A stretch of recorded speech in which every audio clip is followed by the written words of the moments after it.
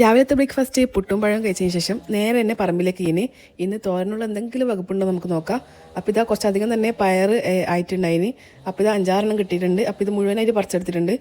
പറിച്ചെടുത്ത പഴം കൊണ്ട് അടുക്കളയിലേക്ക് പോയി. അപ്പോൾ ഫ്രിഡ്ജ് നോക്കിയപ്പോൾ കുറച്ച് ബീൻസ് കൂടി ഉണ്ടായിന്. അപ്പോൾ അതും കൂടി ഇതിൻ്റെ കൂടെ ഇട്ടിട്ടുണ്ട്. അപ്പോൾ ഇനി ഇത് മുഴുവനായിട്ട് കഴുകി നന്നായിട്ട് ക്ലീൻ ആക്കിയിട്ട് ഇതൊന്ന് കട്ട് ചെയ്തെടുക്കുക. ഇതിൻ്റെ കൂടെ ഞാൻ ഉള്ളിയും പച്ചമുളകും കൂടി കട്ട് ചെയ്തെടുത്തിട്ടുണ്ട്. ഇനി ചട്ടി ചൂടാക്കി കടുവൊന്ന് പൊട്ടിച്ച് അതിലേക്ക് ഈ കട്ട് ചെയ്ത് വെച്ച് പയറിട്ട് കൊടുക്കുക. ഇതിലേക്ക് ഉപ്പും മഞ്ഞപ്പൊടിയും കുറച്ച് വെള്ളം കൂടി ഒഴിച്ചിട്ട് നന്നായിട്ടൊന്ന് അടച്ചു വെച്ചിട്ട് വേവിച്ചെടുക്കുക. ഇനി അപ്പോഴേക്കന്നെ നമുക്ക് ചോറിനുള്ള വെള്ളം അടുപ്പത്ത് വെക്കാം. ഇന്നലെ വെച്ച ചോറ് ഒരുപാട് ബാക്കിയുണ്ടായിന്. അപ്പോൾ അത് ഒന്ന് പതിപ്പിച്ച് വാർക്കാണ് ചെയ്യുന്നത്. അപ്പോൾ വെള്ളം തിളച്ച് വന്നു കഴിഞ്ഞാൽ അതിലേക്ക് ചോറിട്ട് കൊടുക്കുക. ഇതിലേക്ക് കുറച്ച് ഉപ്പും കൂടി ഇട്ട് കൊടുക്കുന്നുണ്ട്. ഒന്ന് തിളച്ച് വന്നു കഴിഞ്ഞാൽ നമുക്ക് ചോറ് വെള്ളം ഊറ്റിക്കളയാം. പിന്നെ അതിന് ശേഷം കറിക്കുള്ള തേങ്ങ പെരിഞ്ചീരകം ഇട്ടിട്ട് നന്നായിട്ട് അടിച്ചെടുക്കുന്നുണ്ട്. ഇനി അതൊന്ന് ചട്ടിയിലേക്ക് ഇട്ട് കൊടുക്കുക. പിന്നെ പൊടികളിൽ ഇട്ട് കൊടുക്കുക. പിന്നെ അതിന് ശേഷം തക്കാളി, ഉള്ളി, പച്ചമുളകും കൂടി കട്ട് ചെയ്ത് ഇതിലേക്ക് ഇട്ട് കൊടുക്കുന്നുണ്ട്. ഇനി ഇത് കുറച്ച് ഉപ്പും കൂടി ഇട്ട് കൊടുത്തിട്ട് നന്നായിട്ട് ഒന്ന് മിക്സ് ചെയ്ത് കൊടുക്കുക. ഇനി ഇതൊന്ന് അടുപ്പത്ത് വെക്കുക. ഇതൊന്ന് തിളച്ച് വരുമ്പോഴേക്ക് വറവിട വെള്ളം വെറ്റി വന്നിട്ടുണ്ട്. ഇതിലേക്ക് ഗ്രേറ്റ് ചെയ്ത് തേങ്ങ ഇട്ട് കൊടുക്കുക.